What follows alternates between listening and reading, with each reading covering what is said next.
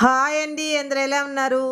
ఈరోజు శ్రావణ మాసం శుక్రవారం సందర్భంగా మా ఊరి శివాలయంలో అభిషేకం అయితే చూసుకొని అమ్మవారికి ఇంటికి బయలుదేరి వస్తూ ఉంటే దారిలో మా విజేత అయితే తాంబూలం తీసుకుందరండి అని చెప్పి అందరిని అయితే పిలిచిందండి. పిలిచి తీసుకొని తాంబూలంకి పిలిస్తే వెళ్ళకుండా ఉండకూడదు కదా అని చెప్పి ఇంకా అందరం అయితే బయలుదేరైతే ఇంటికైతే వెళ్ళాము. దారిలోనే అండి ఇల్లు. ఇంకా ఏ మాట ఆ మాటకి చెప్పుకోవాలి కానీ శ్రావణ మాసం శుక్రవారాలు మంగళవారాలు ఆడవాళ్ళు కళకళలాడిపోతుంటారండి. కాళ్ళకి పసుపు పూసుకొని చేతుల నిండా గాజులు వేసుకొని తల నిండా పువ్వులు పెట్టుకొని కొత్త కొత్త చీరలతో కళకళలాడిపోతూ ఉంటారు కదండి. ఏమంటారు ఫ్రెండ్స్ చెప్పండి? నేను కరెక్టే చెప్పాను కదా? మా సైడ్ అయితే అందరూ అలాగే ఉంటారు.